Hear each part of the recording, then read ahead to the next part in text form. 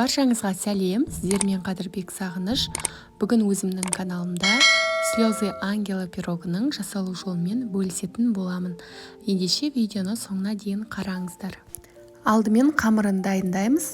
Ол үшін електен өткізілген ұнға сап-салқын сары майды салып, екеуін бірге үгітіп аламыз.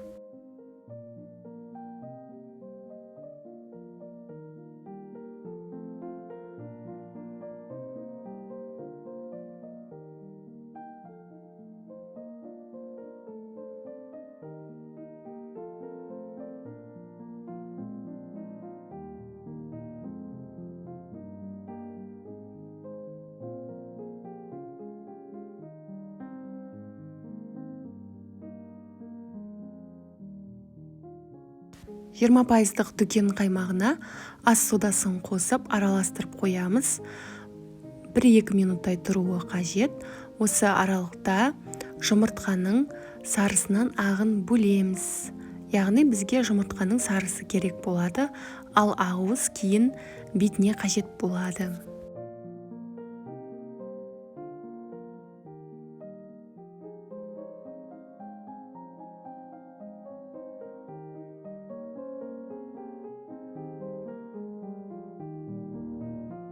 Ұнымыздың үстіне сарыуыз, қант және де жаңағы дүкен қаймағын салып, барлығын араластырып, жұмсақ қамыр илейміз.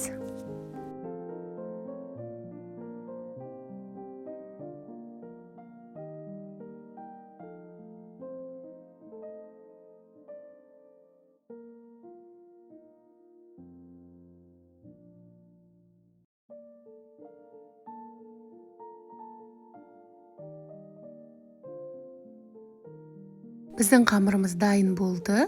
Пищевая пленка немесе целлофанға салып, бөлме температурасына қойып қоямыз. Осы аралықта начинкасын дайындаймыз. Начинкасына мен үйдің творогын қолданамын. Сарыуыз қажет болады, қант және де дүкен қаймағын қосып, барлығын блендердің көмегімен араластырып аламын.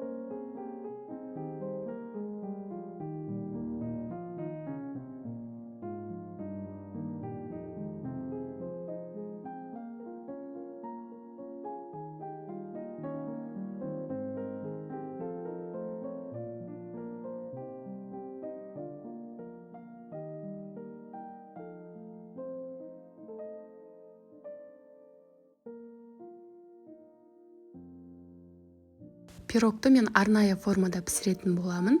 Диаметрі 23 см және де міндетті түрде пергамент қағазын қолданамын.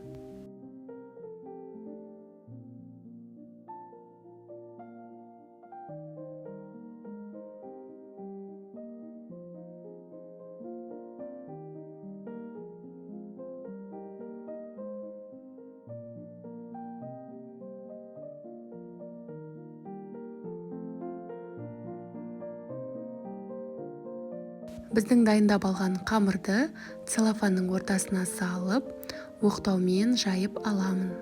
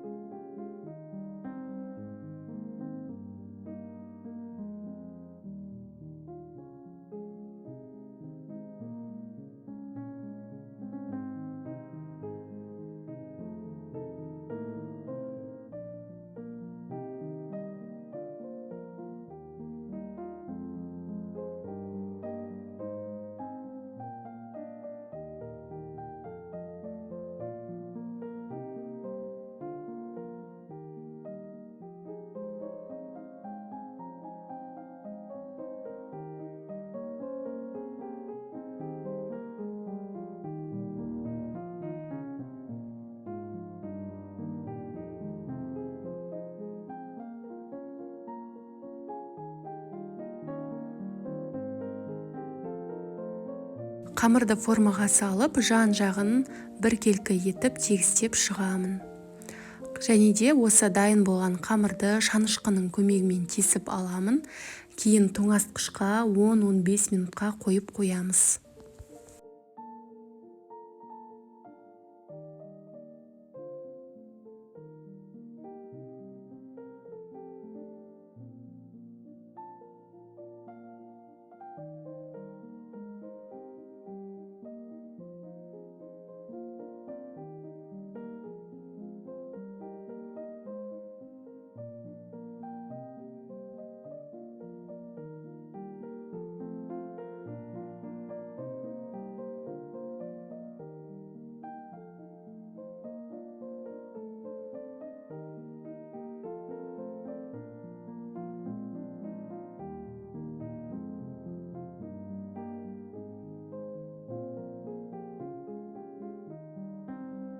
Біздің қамырымызды мұздатқышта 15 минут ұстағаннан кейін 180 градусқа қызып тұрған пешке 15 минут пісіреміз. Осылай болып қамырымыз пісіп шығады. Енді начинкасын құямыз. Шамамен 30-35 минут тағы да пісіріп аламыз.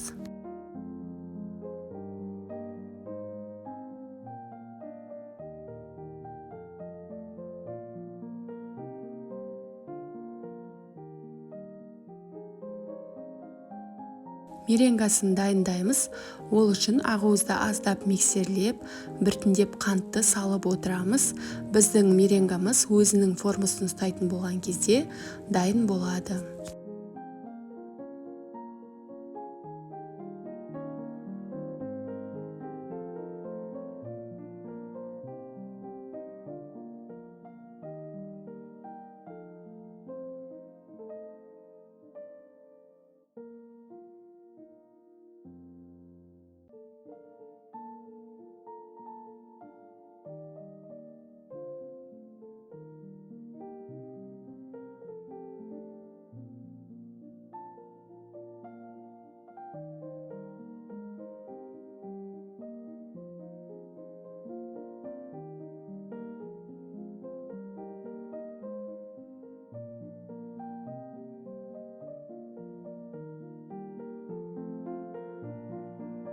Духовкадан пирогымызды алып, дайын болған меренганы жағып шығамыз. Және де тағы да 5-7 минуттай пісіріп аламыз. Осымен біздің пирог дайын болады. Ал бетінде әдемі тамшылар қалыптассын десеңіз, духовкаңызды аздап суытып аласыз. Кейін пирогты кері салып, әбден суығанша сол духовкада ұстайсыз. Сол кезде бетінде әдемі тамшылар пайда болатын болады.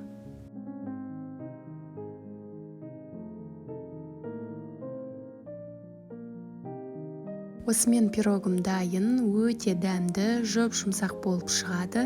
Міндетті түрде жасап көруге кеңес беремін. Сондай-ақ менің каналыма тіркеліп алуды ұмытпаңыздар. Жұма сайын өте дәмді, ерекше рецепттармен бөлісетін боламын.